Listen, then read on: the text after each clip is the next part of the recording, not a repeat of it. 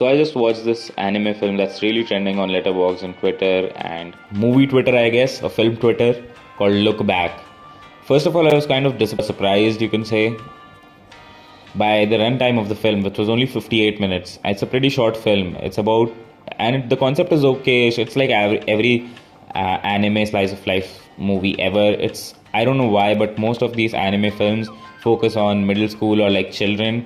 It's weird, and you know the lolly culture and all that shit. It gives me some weird vibes, especially how they animate and how they emote these characters. It's a little weird, but thankfully it's a very small part of the film, and I don't think the creators of these films are some weirdos. I think they just try to showcase an innocent part of life, I guess. I still think that this film could have taken place in later years, like in college. I want to see more college oriented films, or films about later years in high school, or when the school is about to end, like Ocean Waves, which is my favorite film. But getting off that tangent now, the film's animation is beautiful. I really liked it. It's unique. It's different from most anime films. It's very Pinterest, like this new wave of anime inspired look. I'm not saying these artists were inspired by Pinterest artists or something like that. These people could have probably have been some of the founding like original artists who popularized this art style in their own like practices. But this art style, I liked it. It's beautiful, and the animation was also really good because the animation seemed more organic, especially in some scenes where there was more action, like running or jumping or kicking, which happens in this film, by the way.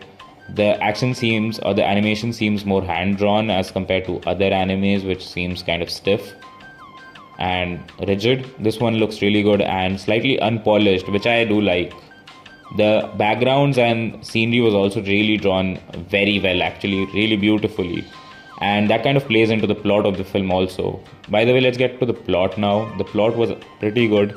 I like the plot. It was very simple and short, actually. This is really a short film that just does a double take of that same plot for a while.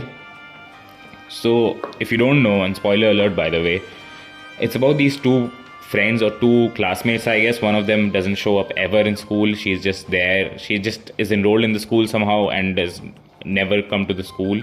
And there's this other girl who's kind of the main character of the film, who draws a 4-panel manga or comic for the newspaper of the school, right? And everybody loves that manga and everybody laughs. It's funny. It's kind of disturbing, actually. The starting scenes of the film like are kind of disturbing, really. I kind of was turned off by that. Anyways, it's presented in a nice, like, fun animation style too, which I did like. So it's funny, but her art style is kind of like a kid's art style, like, right? It's appropriate for her age. Then this other girl, Kiyomoto, also starts drawing the manga, and her art style is crazy. It's actually pretty crazy how they showed this simplistic pencil art.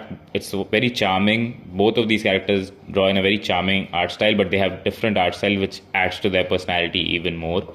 And it's really cool how she draws her manga. And then this main character kind of feels, motivated, unmotivated, you can say, or angered, infuriated by how much the people around her and her like classmates like this new girl's art style. She's not really a new girl, I guess. She just never shows up to the school. And it turns out, I'm going to skip a lot of it now, but it turns out she goes to this like truant student's house. Truant is a new word I picked up thanks to the description of this film on Prime Video. And the truant girl, or the other girl, who's kind of a shut-in, she's actually a fan of this main character, and she started drawing because of the main character's manga, which she read in 3rd class. So she has been doing this for a long time, and now she's finally also making her own manga. So they become friends and they start drawing together, and eventually they start producing a manga together after winning a local manga competition or something by a publisher. And spoiler alert, by the way, this is pretty sad, but she dies because some freak axe killer gets into this girl's college, the shut-in girls' college, and she fucking dies. And by this time of the film, these two characters are kind of separated, and they have grown up and gone their own ways in their life. And it's kind of fucking sad and out of nowhere, but it also is interesting how they showed, like, why did the girl die?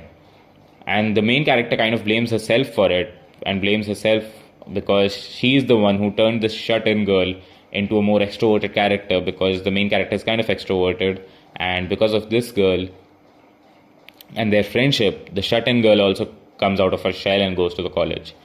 Then we see a reimagination of sorts of how the girl or how things would have gone if the main character just left drawing and took up karate classes or whatever and never really tried to draw again. So in this scenario, again there is this axe killer and he tries to kill the Kiyomoto girl, the shut-in girl. But this time the main character catches him just by coincidence. She doesn't even know Kiyomoto in this alternate universe. And she kicks him and basically helps the girl out, and then they meet again and they probably become friends. But this is all just a her mind overthinking what would have happened because she didn't want her friend to die, of course. And in the end of the film, it's kind of ambiguous. It's not ambiguous, but it's just end, blah, which I don't like. I saw Anatomy of a Fall, which was also kind of similar with its ending, where it was just yeah, it happened. So what? Bye. That's the story, guys. That inciting incident happened. That this big incident happened that was depressing, and that's it. People are depressed now. Fuck it. you know. So I will give this movie a 6.5 out of 10. It's pretty good. I like it. I like the animation style. I like this genre of films. I would like it if they focused less on very middle school aged characters. I just don't relate to these characters at all, and